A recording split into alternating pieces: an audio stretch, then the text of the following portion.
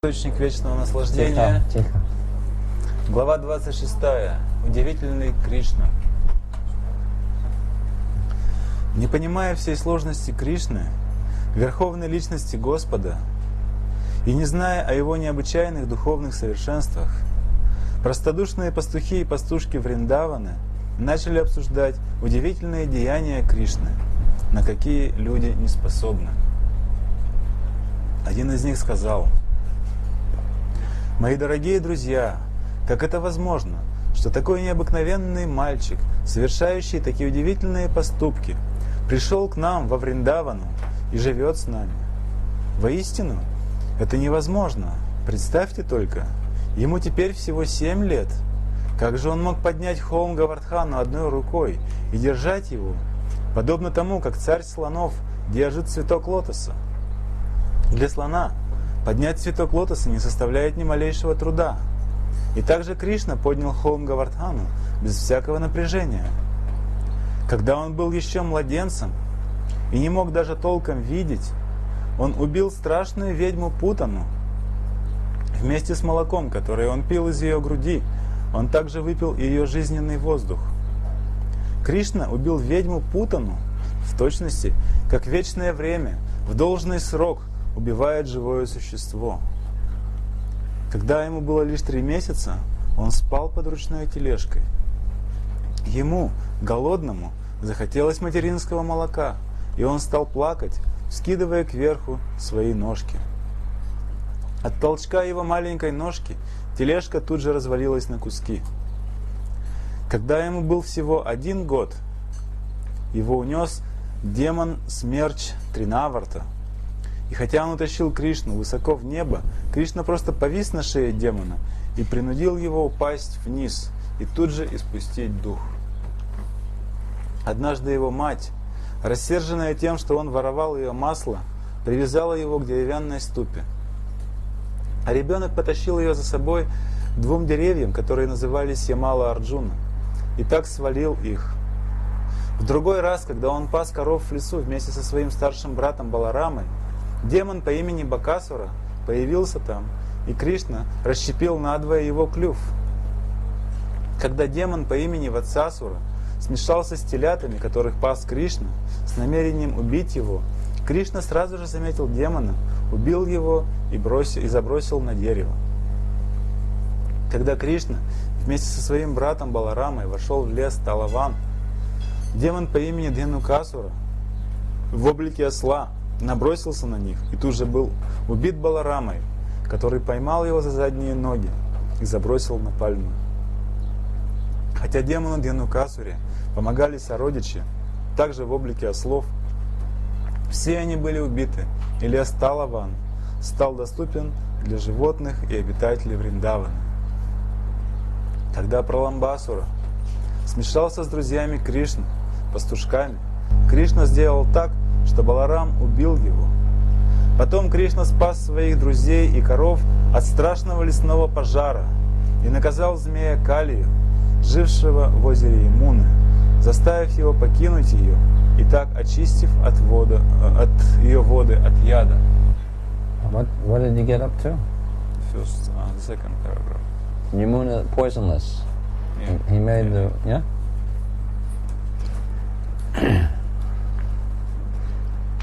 So after the lift, this is the pastime that immediately happened after the Krishna lifted Govardhan hill. То, что здесь описано, эта игра произошла сразу же после того, как Кришна поднял холм Гавардхан. So when the cowherd devotees, the cowherd men and ladies, when they saw that, they were shocked that how could a small boy lift up the hill? That our Krishna must be a very special person, not an ordinary person.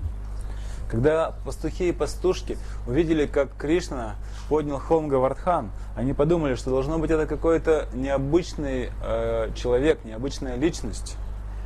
And they were trying to figure out who is this Krishna. И они пытались разобраться в том, кто же такой Кришна на самом деле. So they had like a meeting. They all came in the assembly hall together. У них было что-то на вроде собрания. Они все вместе собрались в дом собраний. And they're recounting all of the miraculous activities that Krishna killed Putana when he was a small baby, when he couldn't even open his eyes still. И они стали перечислять все те удивительные деяния, которые сотворил Кришна. Они вспомнили про то, как он убил ведьму Путану, когда он еще толком даже не мог видеть. And then Trinavarta took him up into the sky, and then somehow Krishna killed him also. Затем Тринаварта and he was safe, and just was crawling on top of him. Унес его куда-то высоко в небо, но так или иначе Кришна победил и его, убил его и просто игрался на нем. And then another time, when Krishna, his mother, tied him to a grinding mortar, he came and he pulled down those two big trees, huge trees. How could he pull them down? He was just a small boy.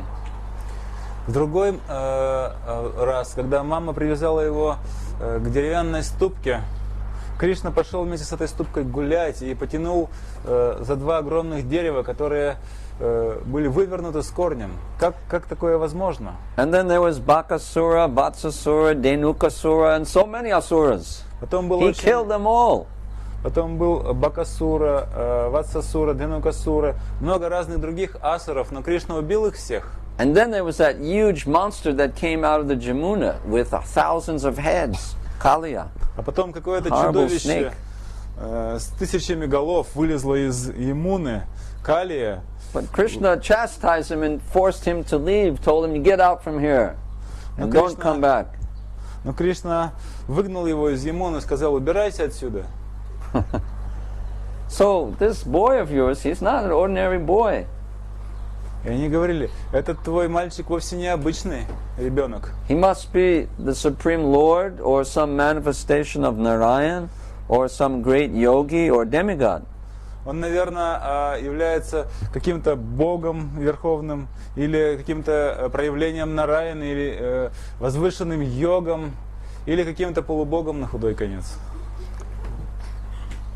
And then another cowherd man said, but if he's the Supreme Lord, why did he take birth in our village?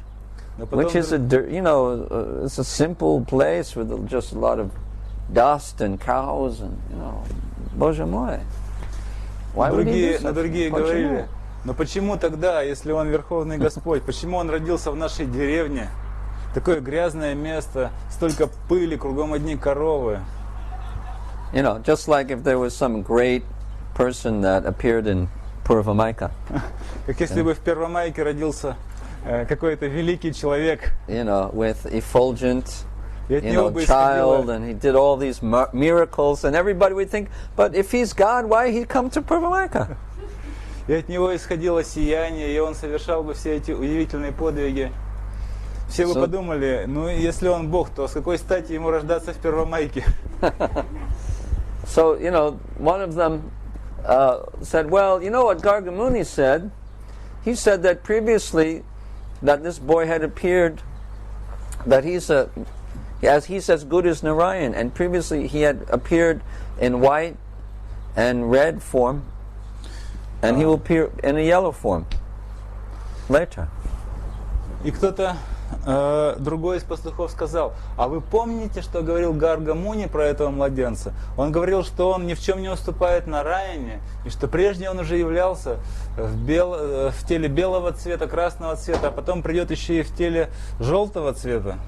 But then another coward man said, but then why does he, how could he perform all these activities if he was an ordinary boy? Но другой пастух возражал: но если он всего лишь обычный мальчик, то почему тогда он совершает такие необыкновенные поступки?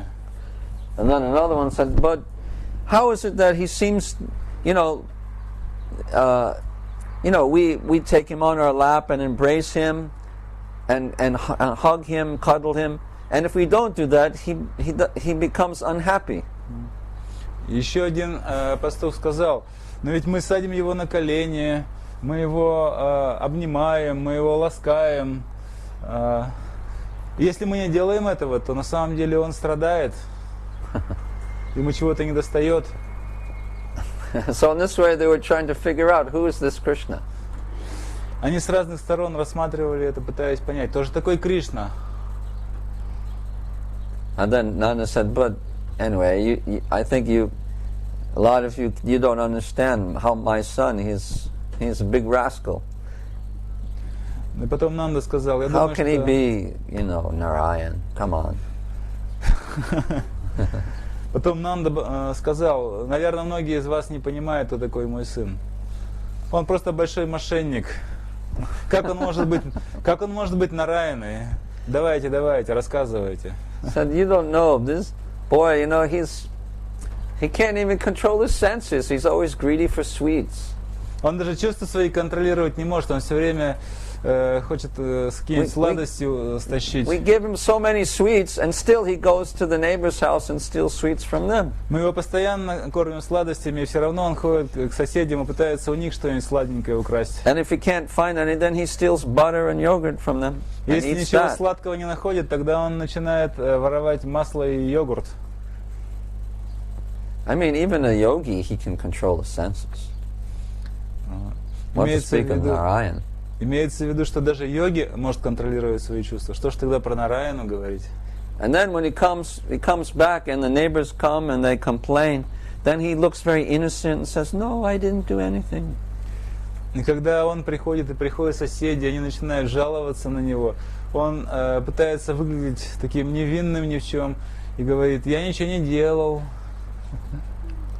So he's also a liar and a cheater. Он просто врун и мошенник, обманщик. He never tells the truth. Никогда правду вам не скажет.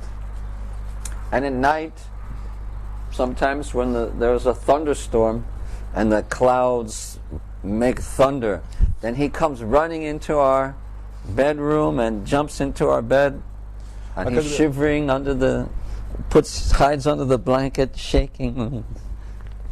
А когда ночью вдруг начинается гроза, и грохочет гром, сияет молния, он бежит к нам в спальню, прячется под наше одеяло, к нам в постель, накрывается с головой и дрожит от страха. How could he possibly... I mean, would a demigod do like that? Разве полубог бы стал такое делать? And he's always... he's always making mischief. He's always causing so much trouble in the neighborhood. Он все время проказничает, он все время всем приносит какие-то проблемы в округе. He goes and he teases the girls in the neighborhood by tickling them. Ходит и knocking the pots off of their head when they're walking home from the goshala. He knocks their milk back from the water well. Он ходит, девчонок в округе донимает все время, дразнит их, щекочет, сбивает их. Когда он начинает их щекотать, у них с головы падают горшки и разбиваются вдребезги. It's not possible that he's some great person. Какой же он великий? Нет, такого не может быть. So in this way, they're trying to understand, what's going on. Все они пытались таким образом понять, что же происходит. So anyway, the Brajavasis came and they met, and they were talking about Krishna did this, Krishna did that, and they became so absorbed. Nanda Maharaj started telling so many things, and they all started laughing. Итак, Бриджабаси собрались, так или иначе они начали обсуждать Кришну, они говорили, Кришна сделал то, Кришна сделал это, и они были погружены в это настолько, что испытывали счастье, и Нанда Махарадж стал смеяться, рассказывая разные истории про Кришну. And they laughed very hard for a long time. И потом все остальные начали смеяться, и очень долго смеялись. And then everyone became quiet again. И потом все замолкли. And then they looked at each other, and then they started laughing again. Посмотрели друг на друга и снова начали смеяться. And they laughed so hard that they just forgot the reason why they had come together. Они так громко смеялись, что даже забыли, собственно говоря, а по какому поводу мы здесь собрались. And they all went back to their homes just talking about Krishna. И разошлись по домам, просто обсуждая Кришну. Okay, let's read some more. Еще один из друзей Нанды Махараджа сказал: Мой дорогой Нанда, мы не знаем, почему нас так привлекает твой сын Кришна. Мы хотели бы забыть о нем, но это невозможно. Откуда эта естественная привязанность к нему? Вообрази только, как это удивительно. С одной стороны, он всего лишь 7-летний мальчик, а с другой стороны, вот огромный холм Говардан, и он с легкостью поднял его. О, Нанда Махарадж, мы в великом сомнении. Твой сын Кришна должно быть какой-нибудь полубог. Он вовсе не обыкновенный мальчик. Может быть, он верховная личность Господа.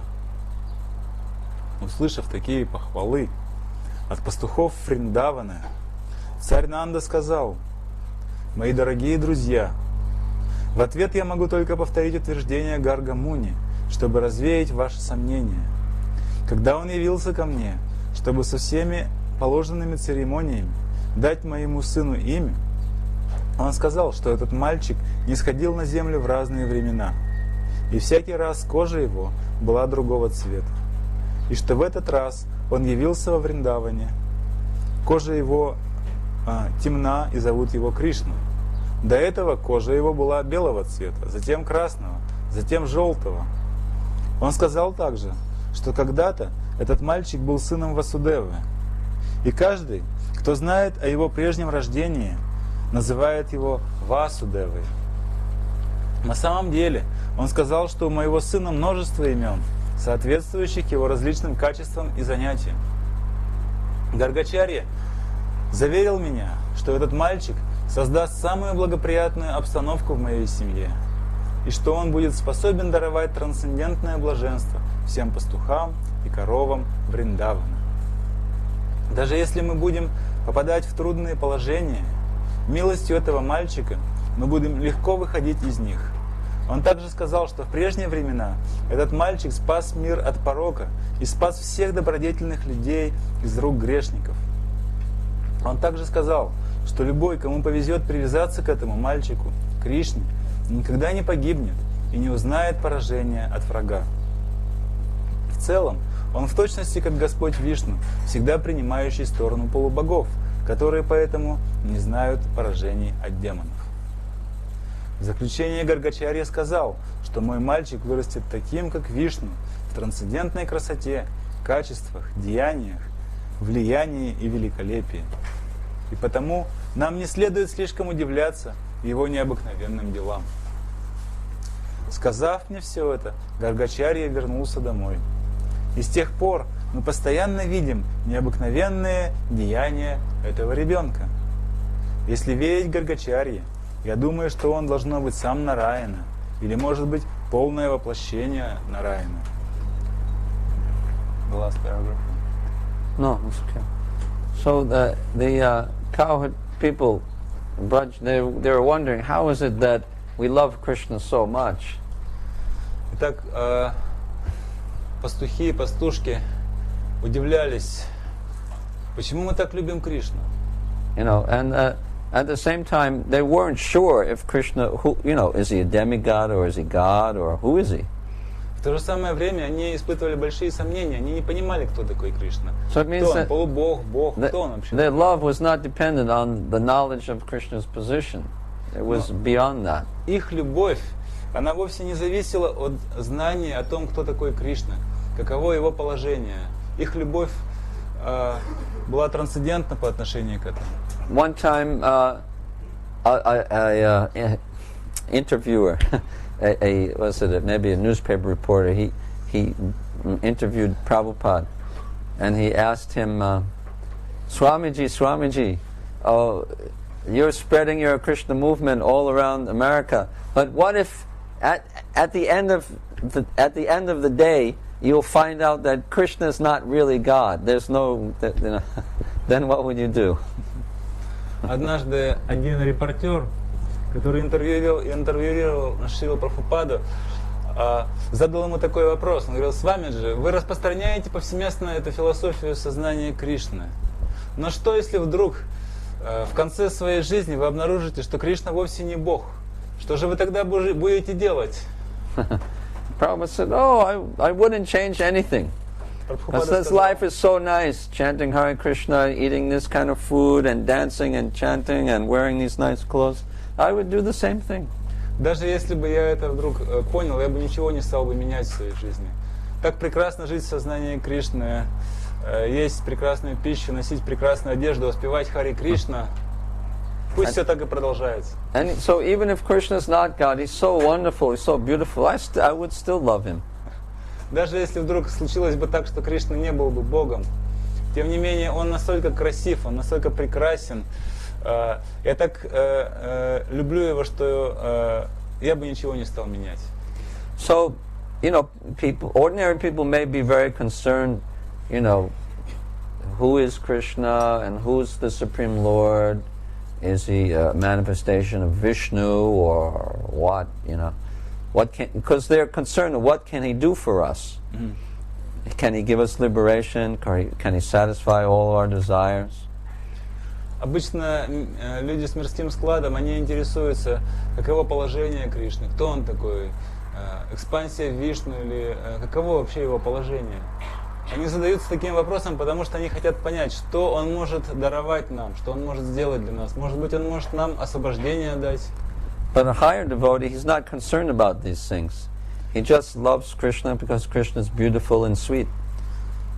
Но возвышенные преданные вовсе не беспокоятся по этому поводу. Они любят Кришну просто потому, что он красив и очень сладок. And he laughs when he hears, how Krishna goes to steal butter from the neighbor's house Такой преданный and просто feeds it to the monkeys and breaks the pots. смеется, когда слышит историю про то, как Кришна воровал масло и йогурт, скармливал их обезьянам и бил горшки. And how he, grabs onto the tail of a calf, and then the calf pulls him through the mud and the dust.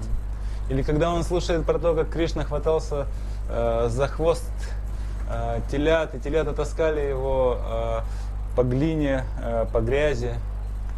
And how Krishna, comes and kills some demon, and he just, punches him in the face, and the demon's dead in one punch, even though he's just a small boy. Или про то, как Кришна убивал демонов. Пришел какой-то демон, Кришна как дал ему по морде. Несмотря на то, что был маленьким мальчиком. So actually the higher devotees, they don't really care whether, Krishna's God or not. They just love him anyway. Возвышенных преданных вовсе не интересует, Бог Кришна или не Бог. Они просто любят его и все. And so we should also be like that. И мы должны быть такими же. Of course, at the same time, we're aware of Krishna's that he has great power, because when we chant his name, we not only feel very satisfied, but we become freed from material attraction. Конечно, мы знаем, что Кришна, он очень могущественный, потому что, когда мы воспеваем Святое Имя, мы не только испытываем удовлетворение, но мы также утрачиваем наши материальные привязанности. So we should be convinced about that. И мы должны быть убеждены в могуществе Кришны. But then after we become convinced, we shouldn't keep that as our main focus or motivation for serving and loving Krishna. Но после того, как мы убедились в этом могуществе, мы должны всегда помнить о том, что теперь мы должны сосредоточиться просто на том, чтобы служить Кришне и развивать любовь к Нему. So, after Nanda Maharaj explained all of the facts from Gargacharya to all of the other men, then they become very respectful and they began to worship Nanda and Krishna. После того, как Нанда Махарадж рассказал пастухам все то, что сказал ему в свое время Гаргачарья, пастухи сразу же стали уважать, проявлять уважение и знаки почтения по отношению к Нанде и Кришне. And the residents of Vrindavan went to their homes and they got some fragrant oils and some garlands and very beautiful clothes and some jewels and gold coins. And they came and they offered this to Krishna and Nanda Maharaj. Обитатели Вриндавана отправились домой, они стали собирать разные красивую одежду, драгоценные камни, золотые монеты, благовония, благоухающие ароматические масла. И потом они пришли и стали предлагать все это Нанде и Кришне. So when this conversation was taking place, Krishna was playing with his friends in the forest. И когда происходила эта беседа, Кришна играл вместе со своими друзьями в лесу. So when he came home that afternoon, all the residents, they said, all glories to the jewel of Vrindavan. And then they gave him all of these, jewels and gold and nice oils and, clothes, and they greeted him. And Krishna was surprised, why are they doing like this? И когда Кришна вернулся из леса, все обитатели Вриндавана стали подносить ему все то, что принесли: ткань, золото, драгоценности, масла. С большим почтением стали поклоняться ему, и Кришна удивлялся, почему они делают это. But still, even though they heard this, and then they said, yes, Krishna is a great personality, Garga Muni said, still, because their love is so sweet and so intense, the Madhurya aspect of their love eclipses the knowledge of Krishna's opulences. И даже несмотря на то, что они повторяли, да, Гаргамуни сказал об этом, значит, так оно и есть. Они что-то поняли относительно его величия, но тем не менее, поскольку их любовь была полна мадхурьи, сладости, то вот этот аспект сладости, любви, он затмил знание о положении Кришны. So they still just, they see Krishna and then they just hug him and they put him on their lap and they smell his head and they pinch his cheek, and they still do the same thing that they did before.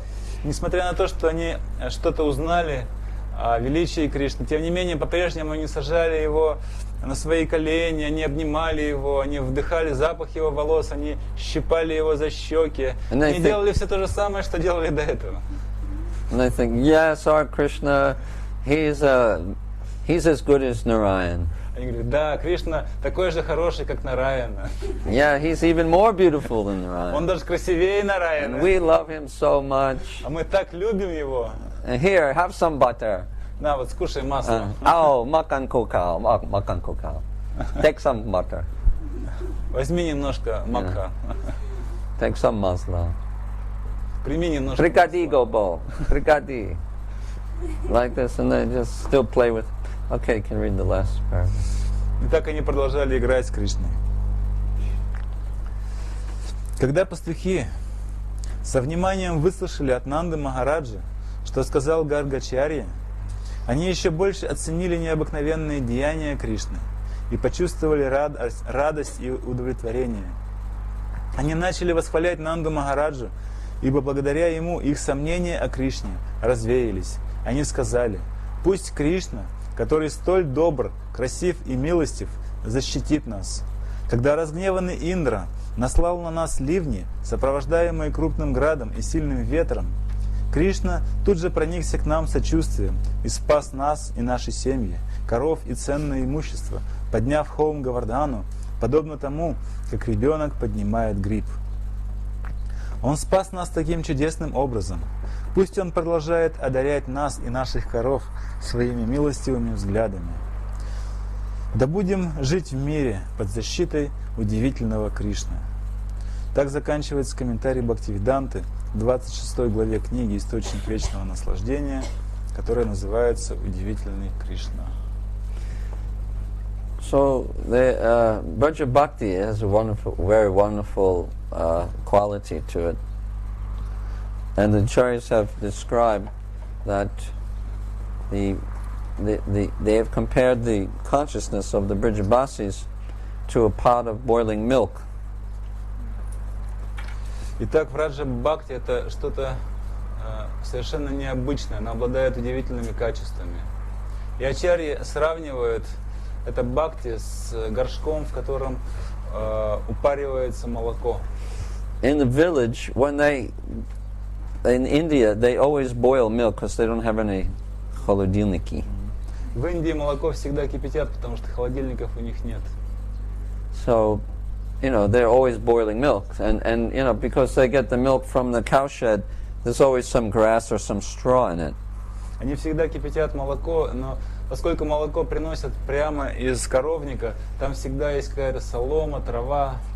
So when they're boiling the milk, the grass or the straw, sometimes it comes to the top of the pot where you can see it.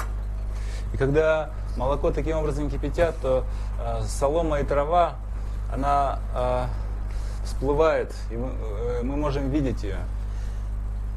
And that is compared to the Brijabasis becoming aware of Krishna's power and divinity. И это сравнивается с тем, как бриджабаси узнают о могуществе и божественной природе Кришны. But then, just in a minute, the grass and the straw, it goes back down to the bottom of the pot because it's boiling, and it goes like that. Но поскольку молоко кипит, в то же мгновение трава и солома снова переворачиваются и оказываются внизу, поскольку все бурлит. So and that's compared to the Brijabasis forgetting about Krishna's divinity. И это сравнивает с тем, как бриджабаси забывают о божественности Кришны. Right. So sometimes, like the gopis, they're talking to Krishna or they're criticizing him, and they're revealing that they know that he's the Supreme Lord. That you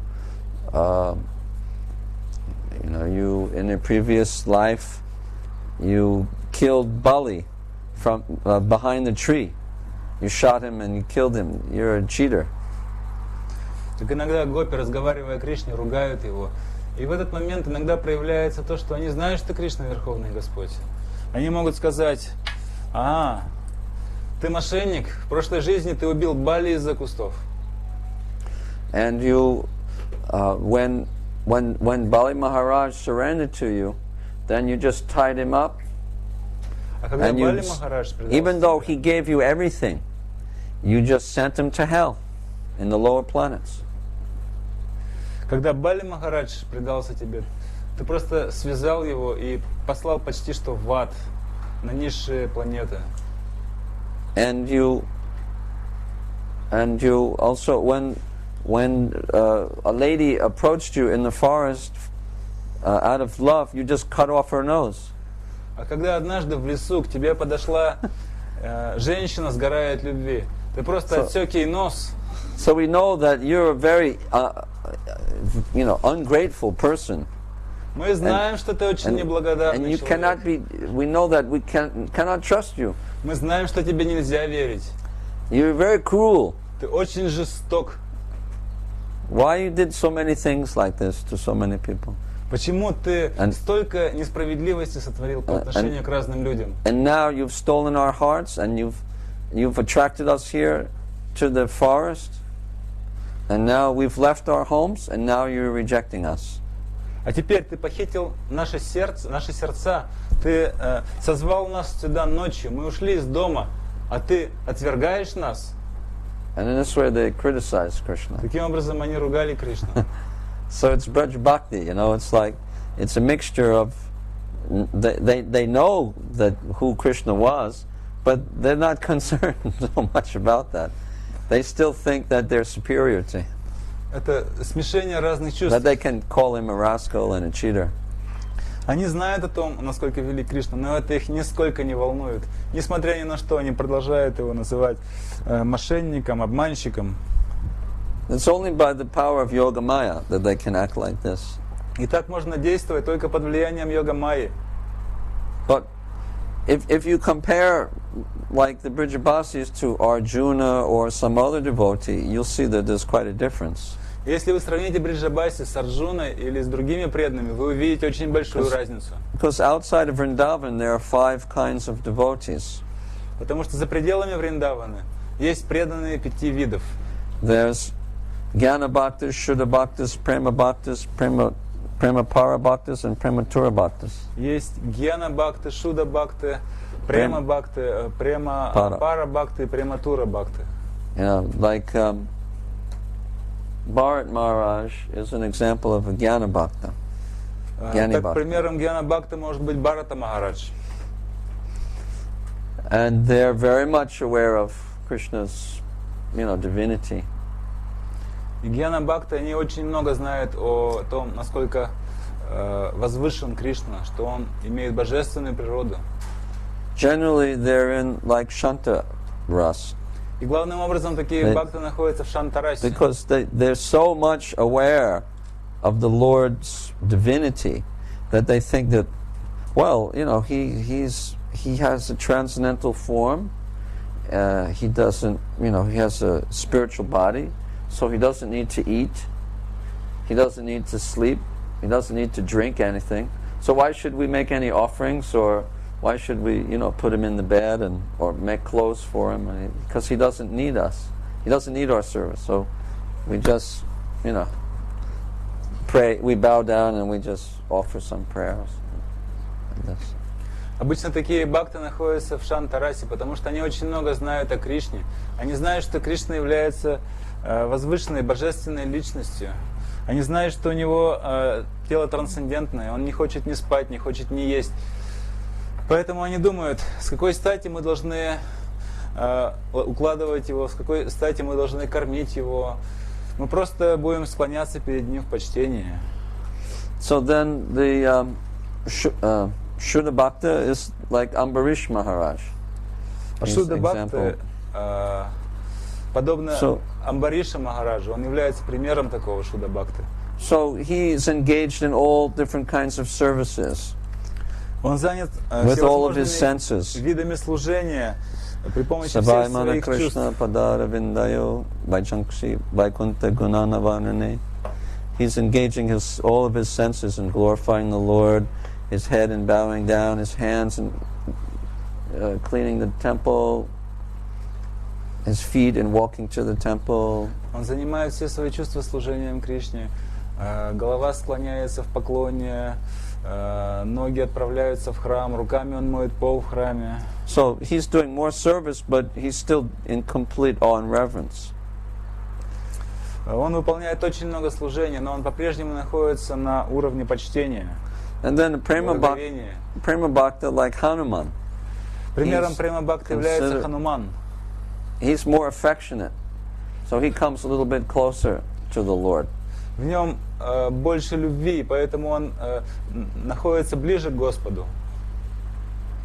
Like one time, Lord Ramachandra, after, you know, defeating Ravan and gaining his beautiful wife Sita back, and coming back into Ayodhya and being received and welcomed by all of the residents, and finally he was installed again as the king.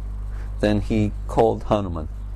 Однажды Господь Рама, после того, как он победил демона Равану, после того, как он вернул себе Ситу Деви, вернулся в Айодху, где его приветствовали горожане, после того, как ему было возвращено царство, трон, однажды он призвал себе к Хануману. And he said, Hanuman, I feel so much indebted to you. Он сказал: Хануман, я чувствую, что я в большом долгу перед тобой. That you've helped me so much. Ты так мне помогал. Without you, how could I have regained my wife Sita? Как бы я смог вернуть себе свою жену Ситу без твоей помощи? And how could I have defeated Ravana and all of his huge army? И как бы я мог победить thousands of Rakshasas? Равану и его могущественную армию из тысяч ракшасов? And without you, my brother Lakshman would have died. Если бы не ты, мой брат Лакшман, наверное, погиб, помер бы. And he's more dear to me than my own life. А он для меня дороже, чем моя собственная жизнь. I feel so much obligated to you. Поэтому я тебе так должен. Я тебе так благодарен.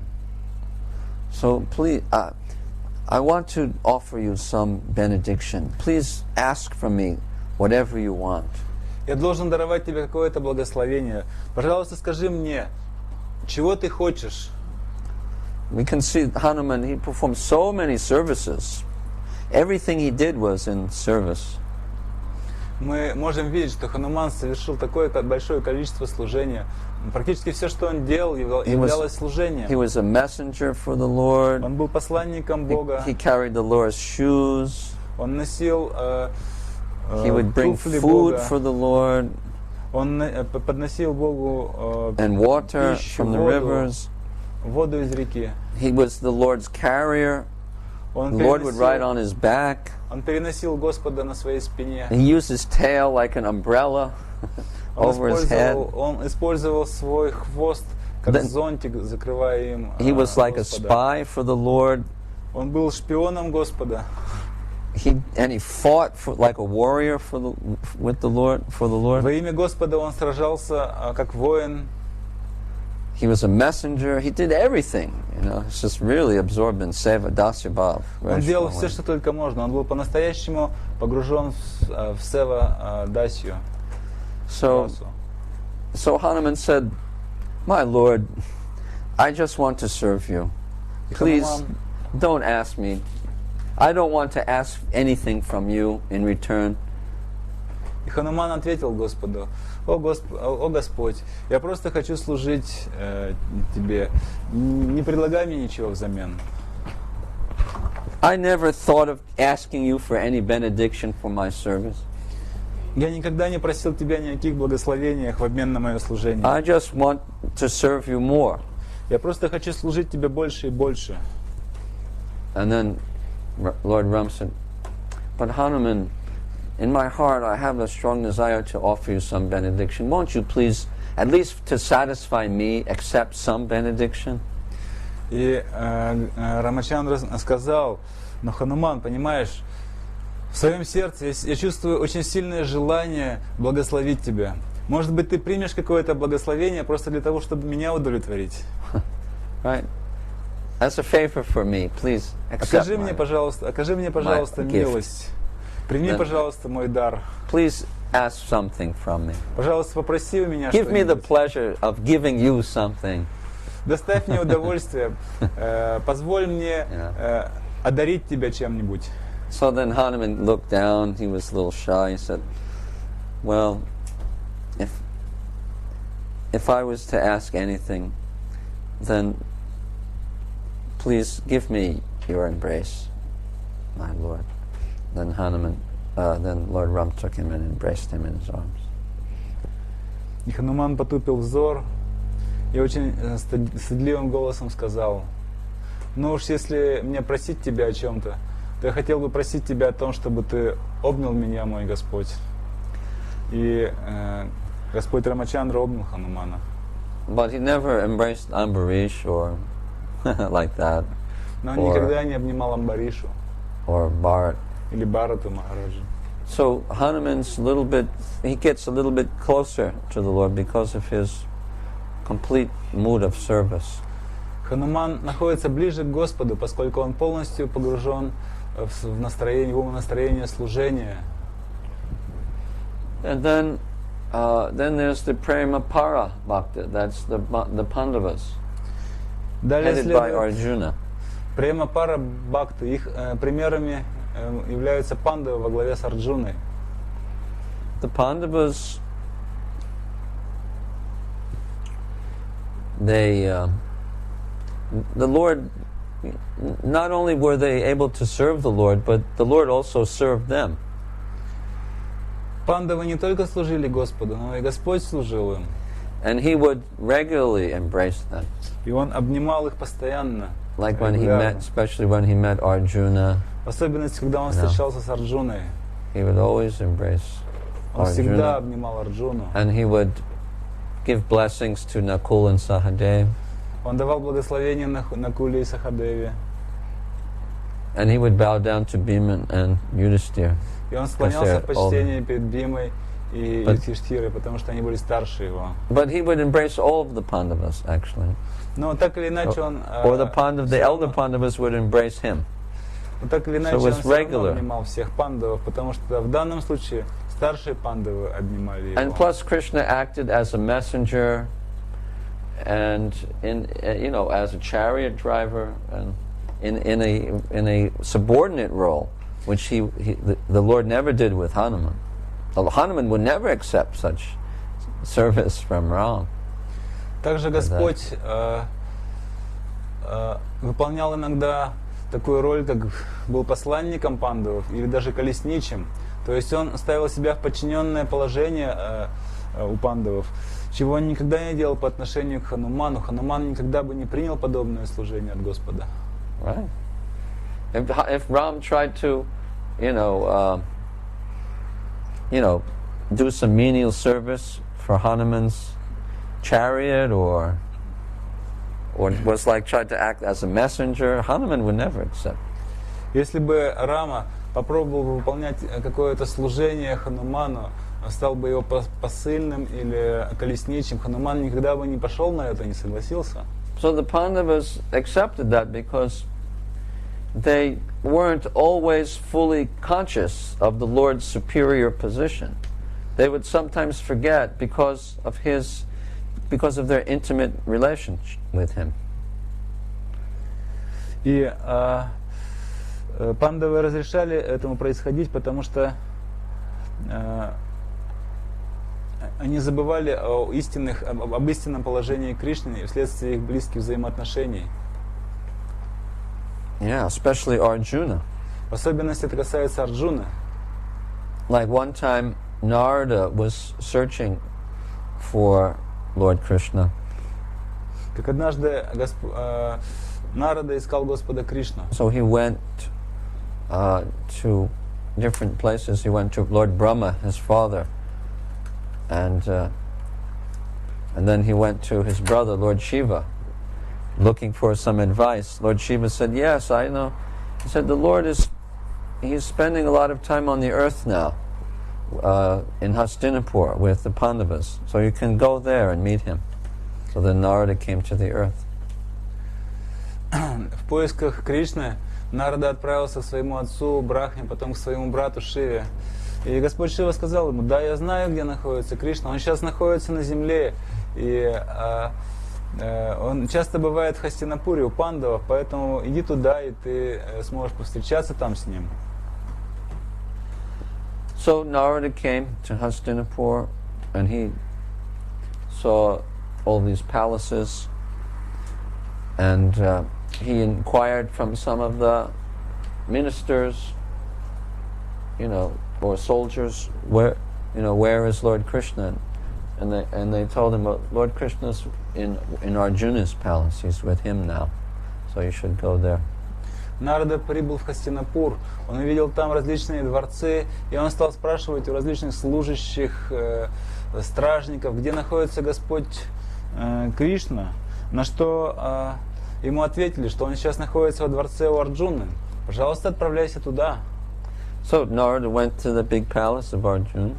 Нарада пришел в огромный дворец Арджуны.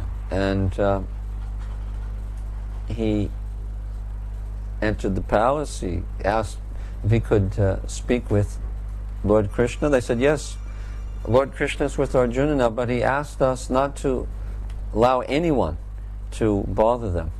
Нарада вошел во дворец и спросил, может ли он увидеться с Господом Кришной. И мы сказали, да, Господь Кришна сейчас находится у Арджуны, но он просил, чтобы никто не беспокоил его, чтобы никого не пускали к нему. So they please forgive us, пожалуйста, Devarishi Narada. We have strict orders. We cannot allow. They asked us not to allow anybody to come in. Но у нас есть строгий приказ никому не разрешать входить туда. So please forgive us. Пожалуйста, простите нас еще But раз. if you would like to wait, you can sit here, and then when they're ready, they will come out from their room. Но если вы немножко посидите, подождете, то Кришна освободится, и вы встретитесь с ним. So Narada sat down very peacefully. Нарада умиротворенно сел chanting и стал воспевать.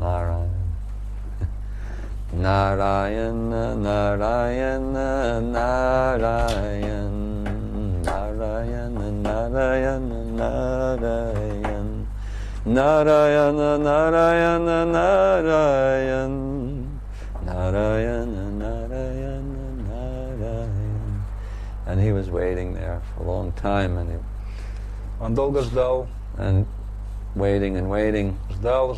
Then he was thinking, what are they doing there? Интересно, чем они там занимаются? Why is it?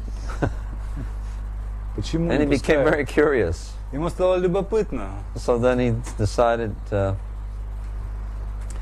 thought, well, let me just take a peek. И он подумал, может мне подглядеть? So he crouched down and looked through the keyhole in the door. Он нагнулся и увидел замочную скважину. And he saw a very amazing sight Очень удивительное зрелище. Through that hole, right? В эту щель. He saw that Arjuna and Krishna, they were both sleeping Он увидел, что и Арджуна, и on the Кришна same спят bed. на одной и той же постели. But even more amazing was that Arjuna had his leg up on Krishna's chest. Но что самое удивительное, ноги Арджуны лежали на груди у Кришны. So Narada was shocked. И Нарада был шокирован. Wow, Arjuna is so intimate with Krishna. Арджуна в таких близких взаимоотношениях с Кришной. That's amazing.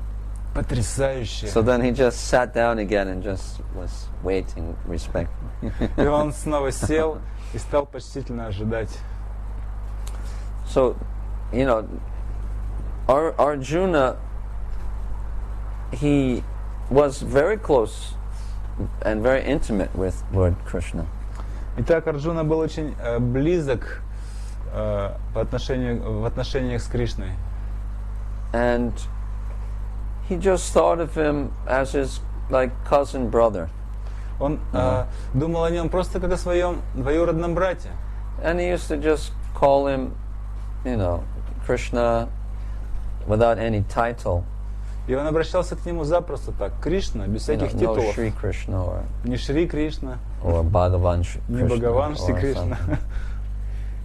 And he would call him Vasudev Он звал его просто Васудев, or Yadava, Ядова. because he knows that, well, I'm a Pandava. My father was the emperor. But Krishna is just a Yadava. He can never become the emperor like me. But I can become the emperor. Потому что Арджуна думал, His я father's just a minister. Пандава, я Пандава, мой отец был императором, а Кришна всего лишь Ядова. Он никогда не будет императором. Его отец всего лишь какой-то министр, советник. But because he's such a nice person, I'll let him become my friend. Но поскольку Кришна такой хороший человек, я взял его к себе как друга. So Arjuna was thinking like this. И Арджуна рассуждал подобным образом, он думал так. But then, when, right before the battle of Kurukshetra, when Krishna manifested the Vishwarup, then that just really shattered Arjuna's conceptions. And he became, painfully aware that Krishna was the Supreme Lord. И когда перед самой битвой на Курукшетре Кришна вдруг проявил свою вселенскую форму, Арджуна вдруг осенило. Он испытал такое болезненное осознание, кто такой Кришна. Painfully aware, yeah. So then he said, Saketi Madvam Prasabam Yuruptam He Krishna He Yadava He Saketi Ajanata Mahimaram Tavedam Tava Pramayat Pranayena Vapi. He said that before I was so friendly with you, I was sitting on the same bed, eating together, sleeping together with you, and I committed so many offenses. So now I'm begging you, please forgive me for all of those offenses. И Арджуна заговорил, он сказал: Кришна, до этого мы с тобой были просто как друзья. Мы с тобой сидели вместе на одной кровати, вместе ели, вместе спали. И я совершил столько оскорблений за все это время. Пожалуйста, прости мне теперь все мои оскорбления. Out of madness or out of love, I committed so many От offenses. безумия, от любви я столько оскорблений Maya совершил. pramadat pranayena vapi. Either one or the other. So, but we see that the residents of Vrindavan, they never came to this, they never offered such a prayer Но to мы Krishna. видим, что обитатели Вриндавана, они никогда не возносили Кришне таких молитв. Even after they saw Krishna lift the Govardhan hill, they Даже never offered such a prayer. Даже после того, как они увидели, что Кришна поднял холм Говардхан, они никогда не возносили такие молитвы. And they were hearing about all of Krishna's miraculous activities, which no ordinary person could perform. Они слышали о различных чудесных деяниях Кришны, которые не под силу совершить ни одному обычному человеку. But still, they just took Krishna on their laps, cuddled him, kissed him, И продолжали садить Кришну себе на колени, ласкать stuffed его, butter in his целовать, face, in his mouth. толкать ему масло в рот. And things just went on the same as they did before. Все продолжалось так же, как раньше. So we can see there's a big difference now between, these devotees outside of Vrindavan and the Brijabasis. Мы видим, что есть очень большая разница между преданными, которые находятся вне Вриндавана и Бриджабаси. Now I forgot to tell the fifth level. Prematura is headed. The Yadavas are the Prematura Bhaktas, and they're headed by Uddhava. Я забыл сказать еще об одном уровне. Это Прематура Бхакты. К ним относят ядовов, и высшим из них является Удава. So Uddhava is always with Lord Krishna. Удава всегда находится рядом с Кришной. And Krishna asks Uddhava advice И about what Кришна, to do about, different circumstances. и Кришна даже просит у Удавы совета, что делать в тех или иных ситуациях. And Uddhava even looks like Lord Krishna. Удава даже внешне выглядит похожим на Кришну. And he wears the same clothing as Lord Krishna. И он носит ту же самую одежду, что носит Кришна. And because Krishna gives him his, clothing. After he uses it, and then he gives it to Uddhava as prasad. Потому что Кришна отдает свою одежду Удаве, после того, как он ее поносит, он дарит ее Удаве как прасад. And Krishna gave Uddhava the Kaustuba gem also. Также Кришна дает Удаве камень Каустубу. That's why when Uddhava came to Vrindavan, the residents of Vrindavan, they thought it was Krishna, because he looks so much like Krishna. Именно поэтому, когда Удава приехал во Вриндаван, когда жители Вриндавана увидели Удаву, сначала они подумали, что это Кришна, потому что Удава был так похож на него. And because he's the highest of the devotees outside of Vrindavan, so Krishna chose him to go to Vrindavan, because he could benefit the most from that experience. И поскольку Удава является высшим из преданных, которые находятся за пределами Вриндавана, именно его Кришна отправил во Вриндаван как своего посланника, потому что он подумал, что именно Удава сможет получить наибольшее благо, посетив Вриндаван. So these are the 5 kinds of devotees that are outside of Vrindavan. Таковы 5 категорий преданных, находящихся за пределами Вриндавана. And so this is described in the Brihad Bhagavatamrita, all these different levels in great detail. Все эти различные уровни с подробными деталями описываются в Брихад Бхагаватамрите. And also it's mentioned by Bhaktisiddhanta Saraswati Thakur in his commentary to Brahma Samhita. Также Бхактисиддханта Сарасвати Тхакур упоминает об этом в своих комментариях на Брахма Самхиту. So the purpose of the Bhagavatam and of all of the scriptures in our Gaudiya line is that we're meant to understand and appreciate all the different levels of devotion, but particularly we are meant to understand and appreciate the devotion performed by the residents of Vrindavan. И смысл, который сокрыт в Бхагаватам, а также во многих других писаниях в нашей традиции, состоит в том, чтобы мы, помимо всего прочего, научились особо ценить ту любовь, которую развивают жители Вриндавана по отношению к Кришне, то служение, которое выполняют они. And so the little story that we read, which was very short, it very clearly presented this mood of the Brijabasis. И та маленькая, коротенькая история, которую мы сегодня прочитали, очень хорошо представляет нам, в каком настроении находились Бриджабаси. And actually, in all of the stories in Vrindavan, you will find this quality. And you can, in any story that you look, in the Krishna book, when it's talking about Vrindavan, or even when the Brijabasis go to Kurukshetra, or when Uddhava comes to Vrindavan, all of these pastimes that have anything to do with Vrindavan, you can always find this characteristic if you look for it, and if you know what you're looking for. И во всех тех историях, которые связаны с играми Кришны во Вриндаване, или же с тем, как кто-то приезжает во Вриндавану, скажем, Удава, или с тем, как Бриджабаси приезжает на Курукшетру, так или иначе, во всех историях, связанных с Бриджабаси, вы можете найти вот этот момент, если вы, конечно, знаете, что там нужно искать. So we want to try to follow in the resonance. We want to follow in the footsteps of the residents of Vrindavan. И мы хотим следовать по стопам обитателей Вриндавана.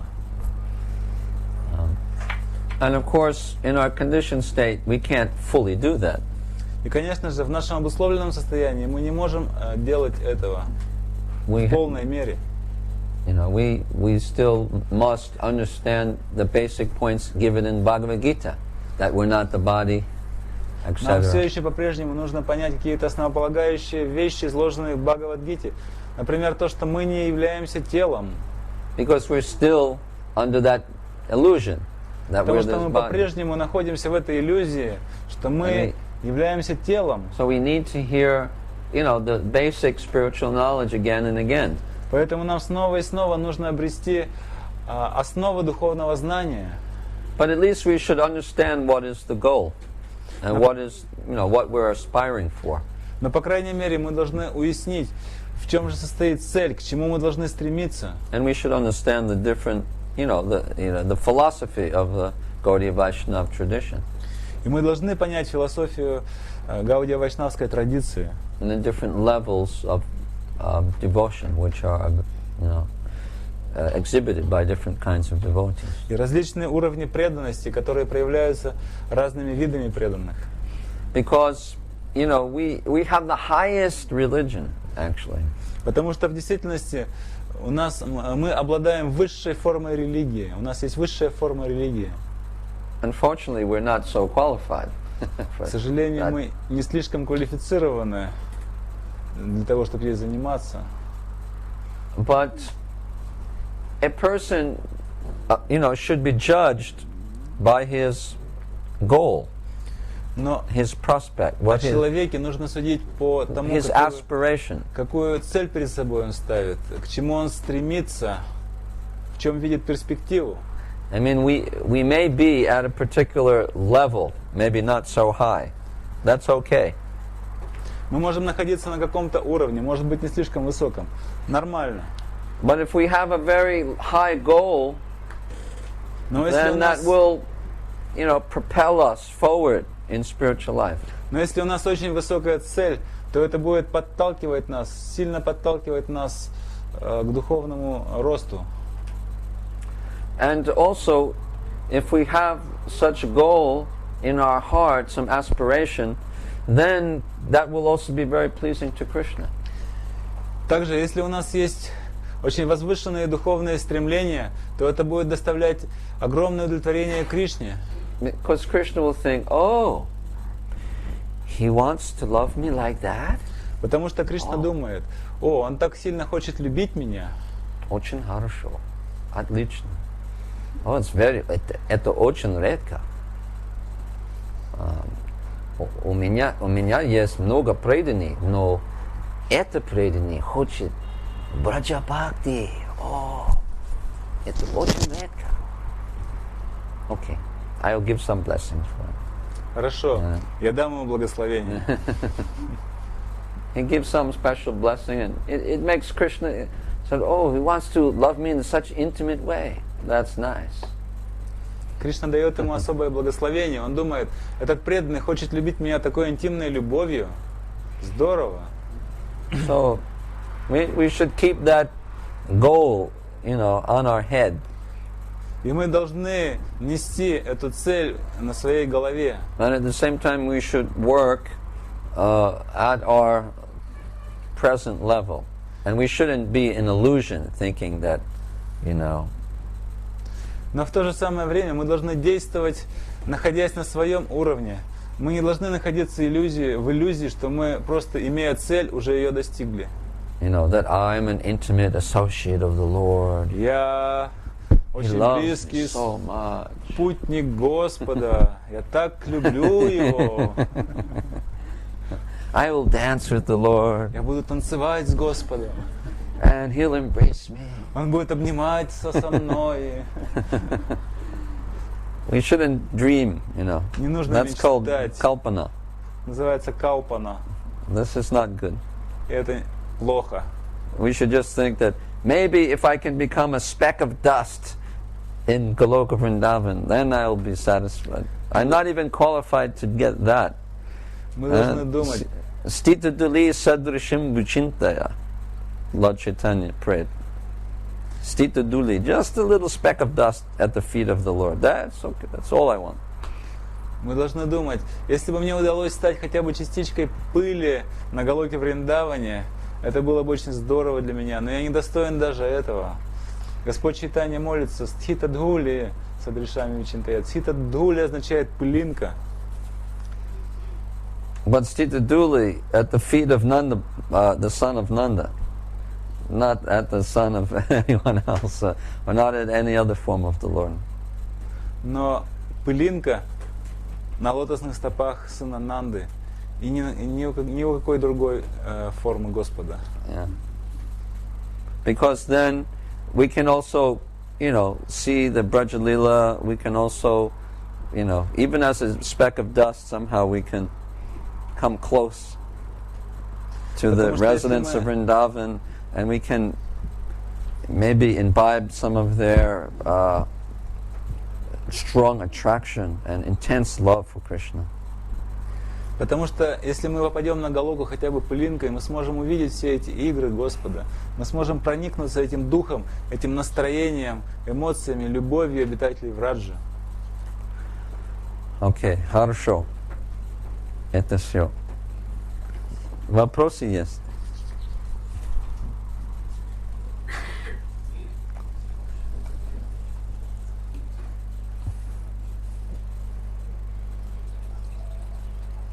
Yesterday I saw some people leaving at about 9 or so then I thought that we should try to stop the program at about 9. But anyway, you can ask some questions. So this is an important thing to understand what is our aspiration and what is our goal. Because, you know, if you don't have the goal clear in your mind, then it means you don't know where you're going. It means you're not going to go you're not going to progress very well. Вчера я заметил, что в 9 часов некоторые преданные уже начинали расходиться по домам, и я подумал, что нужно закончить будет часам к 9. Но вы можете задавать вопросы, если у вас есть вопросы. Я также хотел еще раз отметить, что мы должны хорошо понять нашу цель, мы должны понять, к чему мы должны стремиться в сознании Кришны, потому что если мы не понимаем, к чему мы должны стремиться, тогда мы никогда не будем духовно расти.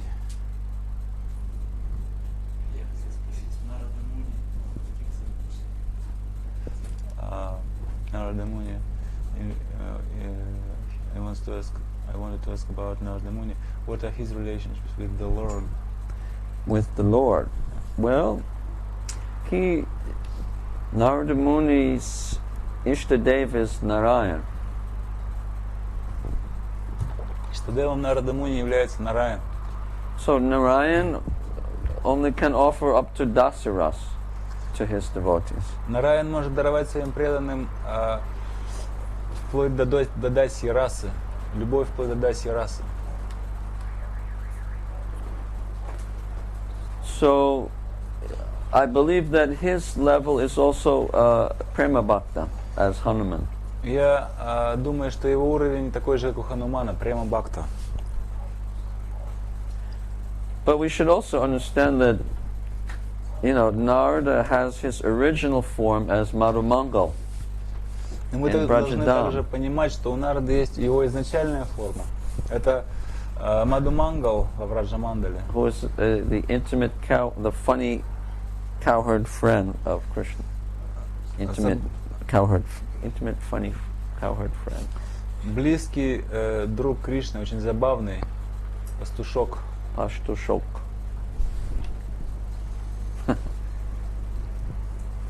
So the residents of Vrindavan, they are the original devotees, and they expand into Vaikuntha. Обитатели Вриндавана являются изначальными преданными, и затем они распространяют свои экспансии на Вайкунтху. Like Vasudeva and Devaki expand as Sutapa and Prishni Так Васудева и Деваки выделяют экспансии Сутапы и Пришни in Vaikuntha. на Вайкунтхах. На Вайкунтхе. And then they expand again as demigods, as Aditi and Kashyapa. И затем, в свою очередь, эти экспансии выделяют новые экспансии полубогов Адити и Кашьяпа. Or Sudama, the cowherd friend of Krishna,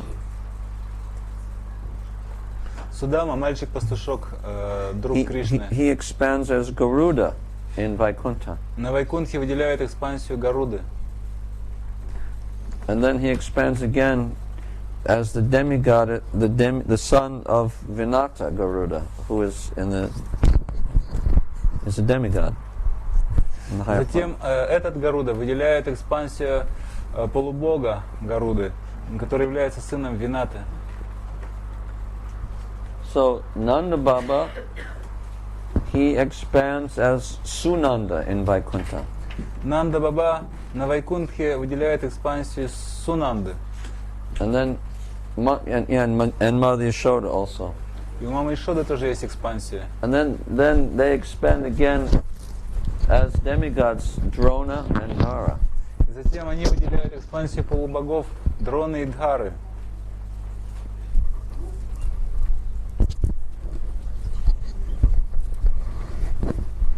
Or even Balaram. He expands as Sankarshan in Vaikuntha. И даже Баларам, он выделяет экспансию Санкаршна на Вайкунтхе.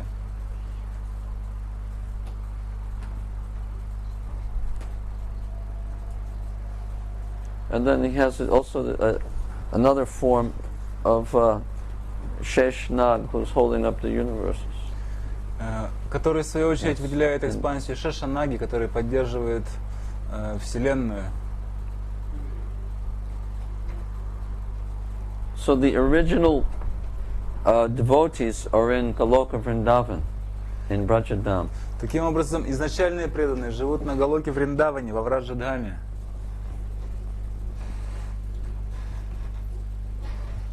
So that is the highest place, and it's the original place. Это является высшим местом, это является изначальным местом. Yeah. Изначальным Господа сладости. Все исполнено вечной сладости.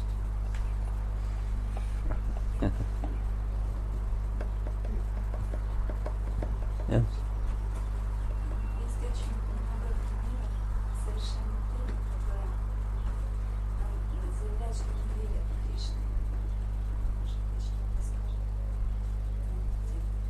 Совершенных преданных, которые...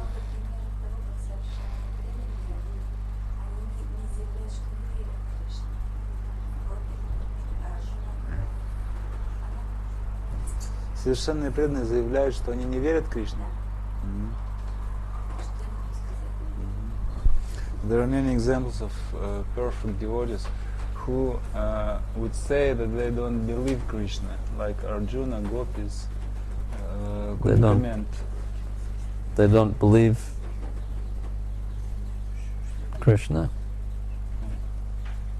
Oh, so, but we explained that, didn't we? Но мы же уже объяснили это. Obviously not enough. Может быть, не до конца, да? Недостаточно.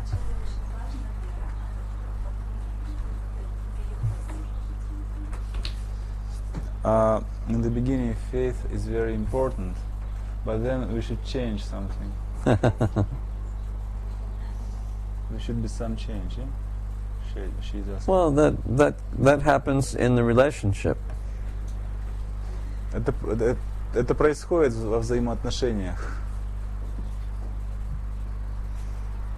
Это происходило. When a devotee reawakens his relationship with the Lord, and if he has a very intimate relationship, then he may also, climb on the Lord's shoulders or chastise the Lord or tell him, that I don't believe you, you're a cheater. Something like that. But it's done in divine love. Out of divine love.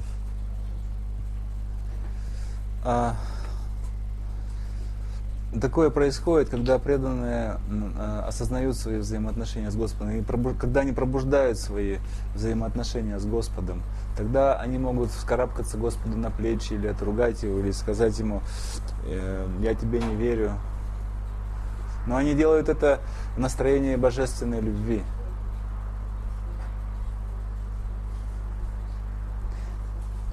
It's only for people who have full faith. Это только относится к тем людям, у которых есть полная вера. And Krishna enjoys, that relationship. И Кришна наслаждается такими взаимоотношениями. But if one doesn't have, full faith, then he has to first develop faith.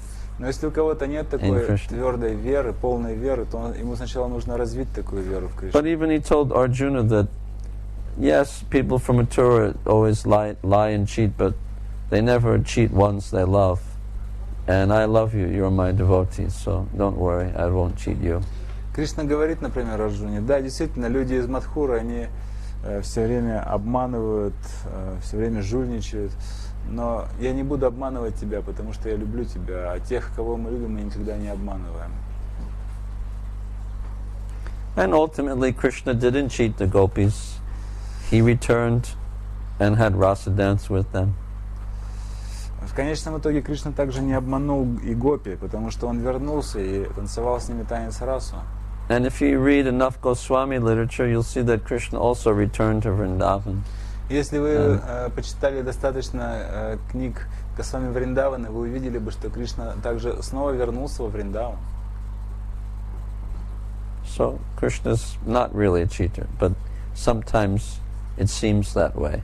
Таким образом, Кришна не является на самом деле обманщиком, но иногда так может показаться. And even if Krishna sometimes, bends, kind of bends his word or breaks his word, he does it only out of love for his devotee. И даже если Кришна иногда break his word, нарушает свои обещания или выполняет их не полностью, то он делает это из любви к своим преданным. Just like he promised not to, use any weapons, take up any weapons on the battlefield of Kurukshetra. Так на поле битвы в Курукшетре он пообещался не браться ни за какое оружие. But he picked up the chariot wheel. He's called Ratanga Pani. Но он так или иначе схватил колесо от колесницы, поэтому его зовут Чакрапани. Ratanga means Ratanga means the chariot wheel of the Rata. Ratanga. Ратанга это колесо от колесницы. Or Chakrapani, picking up the wheel. Ratanga. Чакрапани также означает тот, кто взялся за колесо, тот, кто подобрал колесо. So Krishna broke his promise, but it was because of his love for Arjuna. Кришна нарушил свое обещание, но он сделал это из любви к Арджуне. So a mundane moralist will say, just see, Krishna broke his promise. Моралисты наших дней сказали бы: смотрите, Кришна нарушил свое слово, свое обещание. We can't trust this Krishna. Мы не можем верить Кришне. Этому Кришне. But a devotee, when he hears that, he'll think, oh, my Lord is so wonderful that he broke his own promise for Arjuna. I love him so much. Но когда And his преданный faith will слышит об этом, increase. когда преданный слышит об этом, он подумает, как замечательно, Кришна нарушил свое обещание ради Арджуны, и вера преданного будет возрастать. So who do you want to be? The mundane moralist or the devotee? Итак, кем вы хотите быть? Современным моралистом или преданным? Who do you want to follow? За кем вы хотите следовать? А? Это просто удивляет, что Кришна, несмотря ни на что,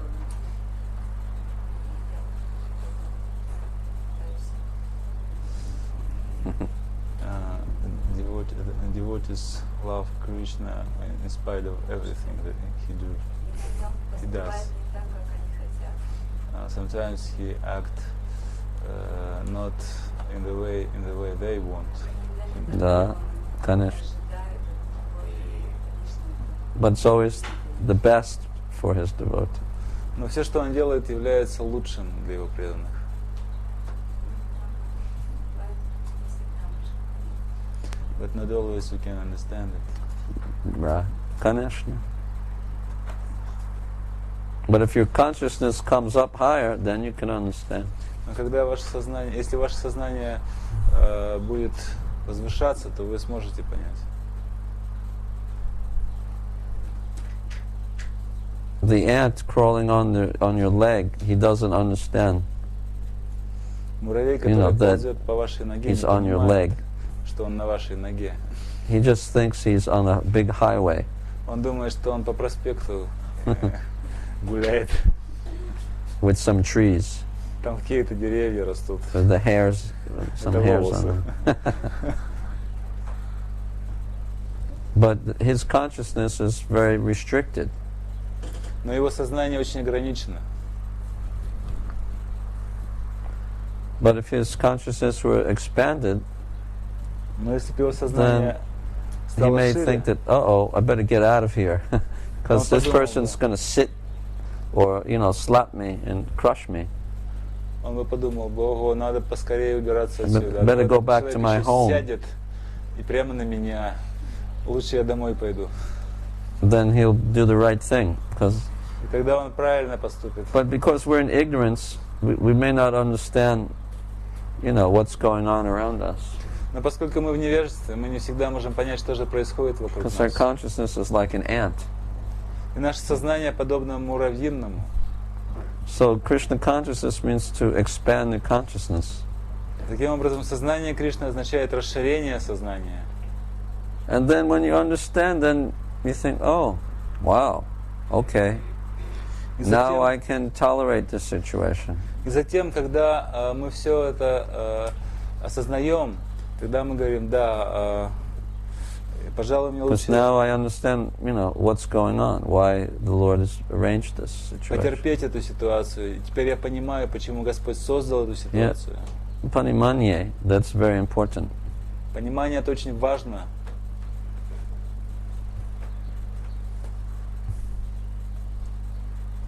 Isn't it? Не правда ли? Knowledge is liberating. Знание освобождает. Освобождает. Освобождение. Освобождает. Освобождает. Освобождает. It liberates. Yes, it liberates.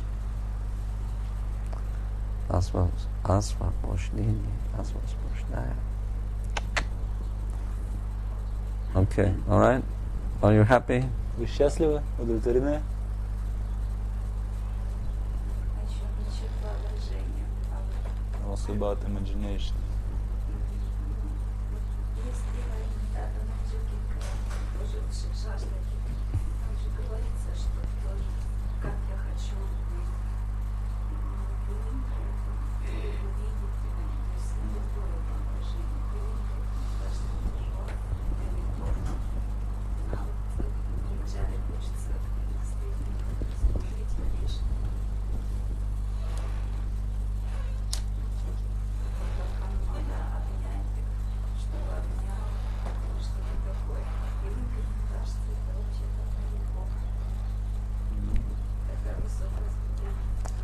also, as it's mentioned in the verse Ainanda Tanujaki in Karam, the devotee usually have a desire to see Krishna, to be close to him, to be able to embrace him, to feel protection from him. To be just a speck of dust, it doesn't satisfy. Well, if you were a speck of dust at Krishna's feet, then you would be satisfied. Но если бы вы стали пылинкой у стоп Кришны, But то вы you're были бы just- удовлетворены. You're just projecting your material idea upon the spiritual realm. Вы просто пытаетесь спроецировать ваши представления из материального мира в мир духовный. Because all of the specks of dust and all of the blades of grass, Потому they all что все feel пылинки, все great травинки, shelter at Krishna's feet, они чувствуют полное прибежище у стоп Кришны. and they feel like Krishna's embracing them or protecting them with his feet. И они чувствуют, как Кришна обнимает их и защищает их своими стопами. And they're all shivering in prema, И все они in ecstasy. содрогаются, трясутся от премы, от экстаза. And the gopis, they hope to become some dust so that they can cling to Krishna's feet and always touch his form. И гопи также хотят стать травинками, потому что благодаря этому они могут прикасаться к его стопам, очищать его стопы.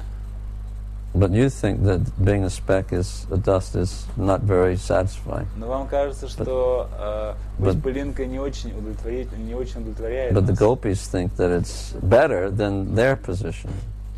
Но гопи думают, что это очень редкое положение, Лучи.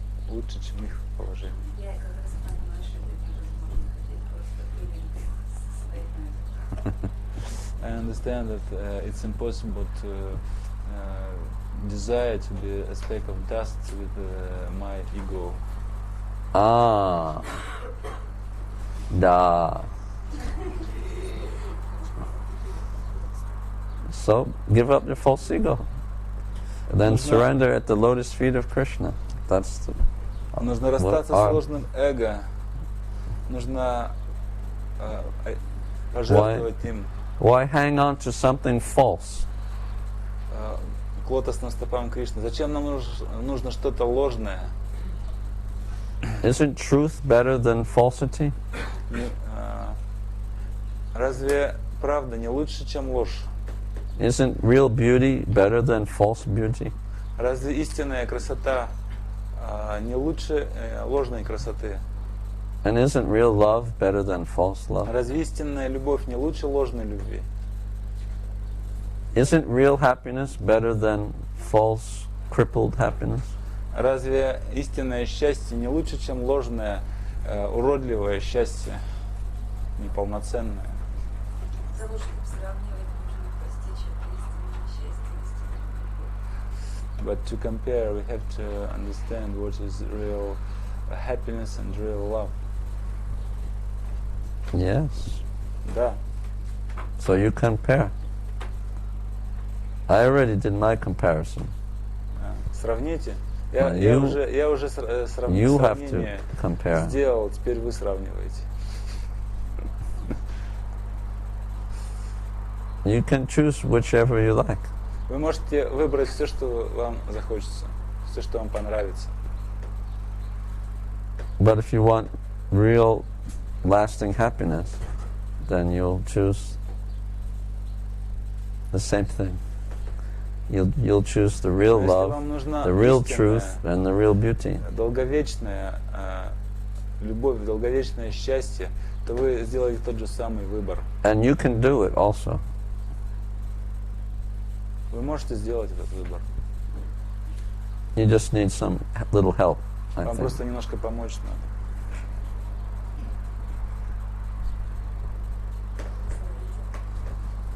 Bless. Blessings come without being asked. Благословения приходят, когда о них не просят. Не обязательно просить о They благословении. just come automatically. Благословения приходят сами по себе. Like you can't ask somebody, please love me, Как вы не можете попросить кого-то, пожалуйста, полюби меня. right? Правильно? You go out on the street and go to some man and say, please love me. Вы выходите Will на you do улицу that? и говорите кому-то мужчине, пожалуйста, полюби меня.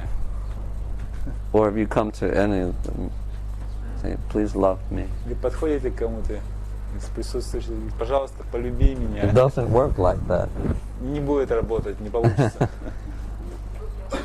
If there's love, then it will manifest spontaneously. Если любовь есть, то она проявится естественным образом, спонтанно. So blessings are like that also. И благословение приходит подобным же образом. In fact, probably you'll get more blessing if you don't ask for it. But if you deserve, if На you самом deserve деле вы blessing. получите больше благословений, если вы не просите, но заслуживаете их. Because better not to think about ourselves Потому что лучше нам не Think думать о about самих Krishna. себе, лучше думать о Кришне and Guru и Гуру, and Gauranga. и Гауранге. And you just try to please them. И просто пытаться удовлетворить их. And then automatically the blessings will come back to you. И тогда благословения придут автоматически и вернутся к вам. Just like when you give love to people, then automatically love comes back to you. Точно так же, как если вы раздаете людям любовь, то любовь it. автоматически возвращается к вам. So it's a universal law. Это такой универсальный вселенский закон. So if you're really sincere and you're trying to, transcend the material conditioning, then someone who is enlightened can see that, and then he'll bless you. Если вы по-настоящему искренне, если вы пытаетесь преодолеть материальную обусловленность, то тот, кто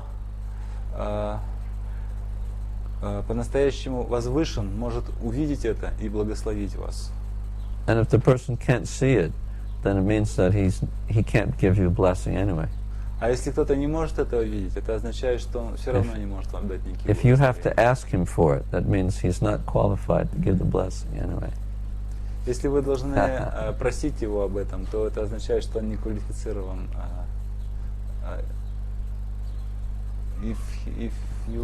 If you have to ask him, that means he's not qualified to give it. Just like, come on. Yeah, I have already translated. Oh, I just wanted to confirm. confirm. Just like if you have to ask somebody, love me, it means he doesn't love you, Так, например, если вы right? просите кого-то, люби меня, это значит, что он не любит вас. Правильно? Take me out to dinner and Пригласи меня на обед. treat me nice. Обращайся со мной как следует. That means he doesn't love you. Это означает, что, If you have to ask him, что он не любит вас, если вы должны просить его обо всем об этом. this is a mundane example Это мирской пример. that women can understand, Но женщины могут понять. right? Правильно? Anyway, I talked about this last night, didn't I?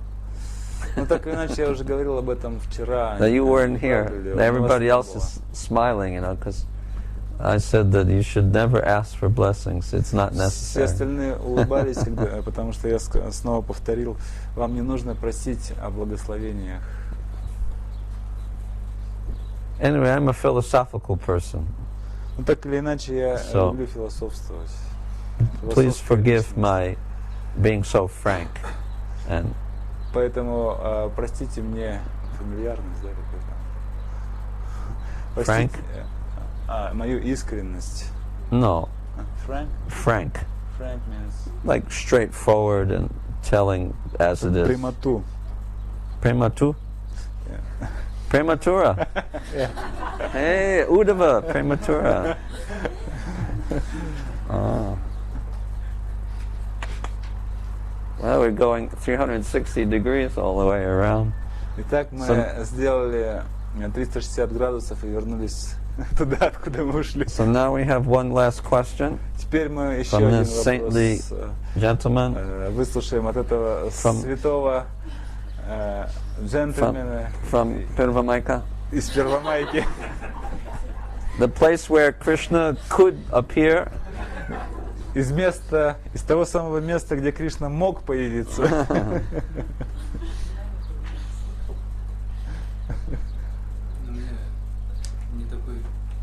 You're from Pirvamaika also? Он тоже из Первомайки. No? Come on, давай. Maybe you should go there. Может быть, вам туда отправиться? Это моя шутка. Не волнуйся. Не волнуйся. Окей, давай, спроси меня. Что? У меня не такой сейчас вопрос. Abhiram. Oh, really? Hare Krishna. Oh, really? I never met her before. Hare Krishna. Твой сын очень хороший повар. Самый лучший.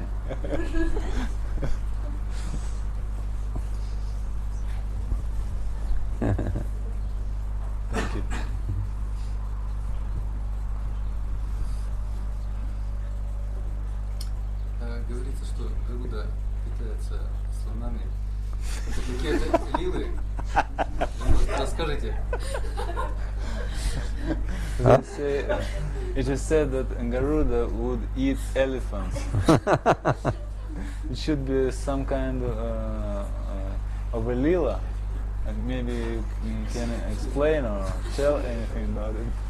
What's wrong with eating elephants? А что плохого в том, что есть слонов? Did you ever try? Вы никогда не Вы когда-нибудь пробовали? Very tasty. Очень вкусно. No, Garuda, he can eat snakes and elephants and turtles. Гаруда может есть змей, слонов, черепах. Huge elephants. Огромных слонов. Not ordinary elephants. Необычных слонов. Elephants which are 1,000 times as big as the ordinary elephant. Слонов, которые в 1000 раз больше обыкновенных. And that's just the demigod Garuda. И это относится всего лишь к полубогу Гаруде. The son of Vinata. Сыну Винаты. That's not the Garuda in Vaikuntha. Это не тот Гаруда, который на Вайкунтхе. Because that's described in Mahabharata. That's the son of Vinata, that Garuda, who eats elephants and turtles. Об этом говорится в Махабхарате. Черепах, слонов и прочую подобную живность ест Гаруда, сын Винаты. So, it's okay. Why not? Почему нет? Все нормально, Let him eat. почему нет?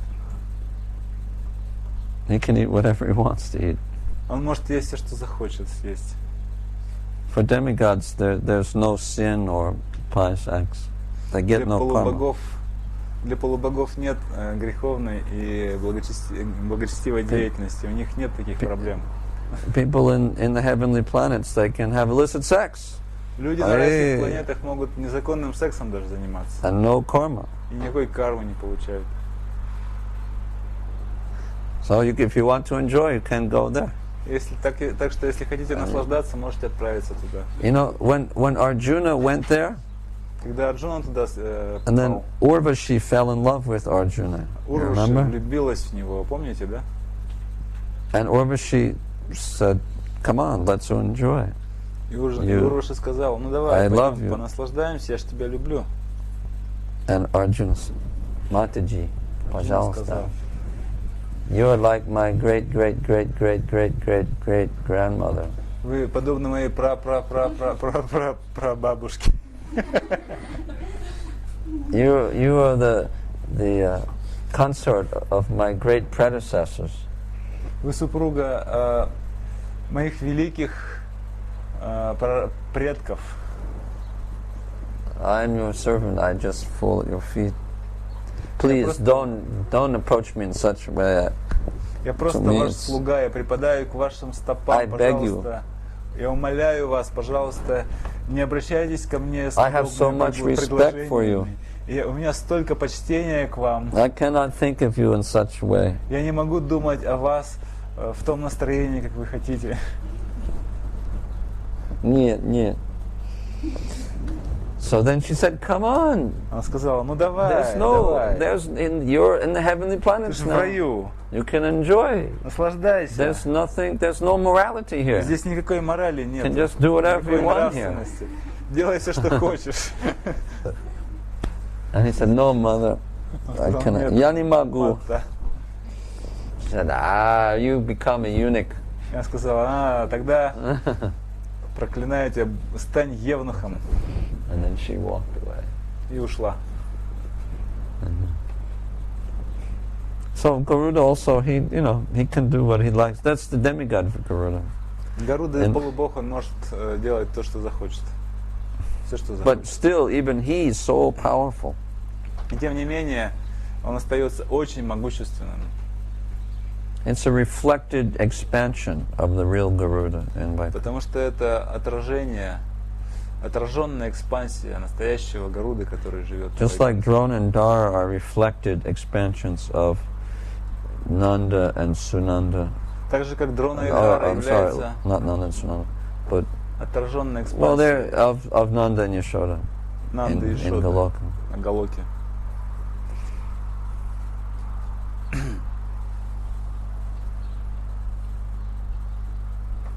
Доволен? Hare Krishna. Okay.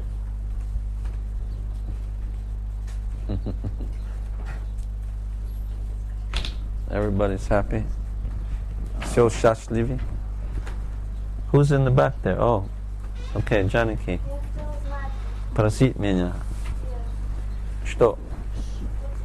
преданный должен находиться на высоком уровне, чтобы развить любовь к Кришне, а на каком уровне должен находиться преданный, чтобы понять, что все, что не случается, что то, что действие Кришны, они все к лучшему, и это просто нужно принять. The devotee should be on a high level to understand that everything Krishna does leads to some benefit. Mm-hmm. How can I understand it? On which level one should be? Or this idea should be just accepted? No, it has to be realized. Нет, это нужно осознать. But realizing means in the beginning you have to accept it. Но для того, чтобы осознать, вначале нужно принять. And then you start to realize it. И потом вы начнете осознавать постепенно. And it has to do with our chanting and everything we do, our devotional service. Весь этот процесс, он связан с воспеванием и со всем, что мы делаем в преданном служении. The thing is, the problem is we accept our little spot life as all in all. We think it's so important. Проблема в том, что мы воспринимаем сегодняшнюю свою жизнь как все и вся, да. И думаем, что она очень важна, всеобъемлющая. But it's just another little spot life. We've had millions of them. Но это всего лишь какая-то маленькая, незначительная жизнь, которых миллионы. And it's just like Mahavishnu is lying down in the causal ocean. Махавишна возлежит в причинном океане. And the next moment he's going to breathe in, and all the universe is going to enter into. В следующий момент он вдохнет, и все вселенные пропадут. And during that time, we have millions of births. И во время этого выдоха мы миллионы раз рождаемся. So anyway, the point is that our lifetime is not so significant. Таким образом, смысл в том, что наша жизнь не столь значительна. And the purpose of it is to come closer to Krishna. И цель ее состоит в том, чтобы приблизиться к Кришне. So even if we come a little bit closer, then that's good. И даже если мы приблизимся не намного, тем не менее это очень хорошо. And then what to speak if we can, come very close Что же говорить о том, если мы приблизимся очень близко and develop some attachment and love for Krishna? и разовьем какую-то привязанность и любовь к Кришне?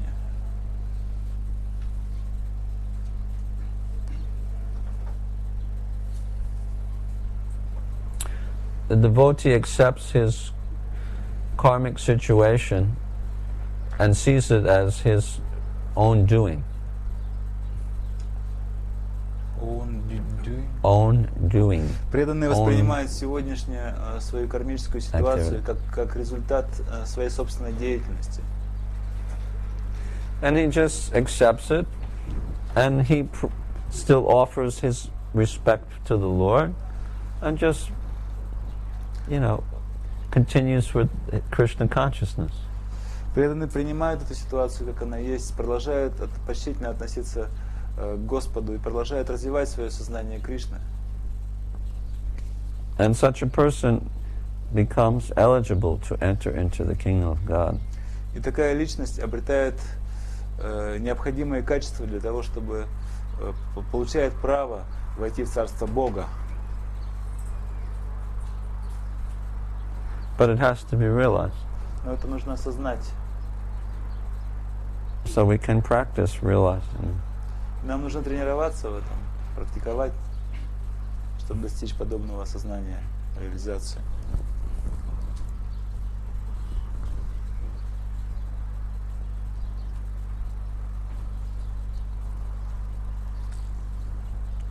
It may not be so easy, but it's not easy to realize that you're not the body also.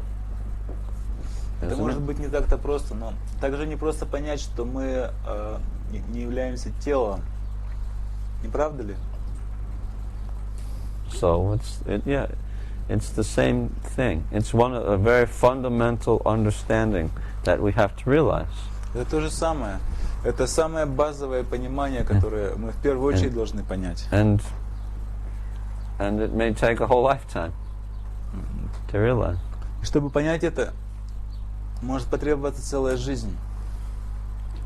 Okay. And I will help you to realize this. Я помогу тебе. I'll try at least. По крайней мере, попытаюсь помочь.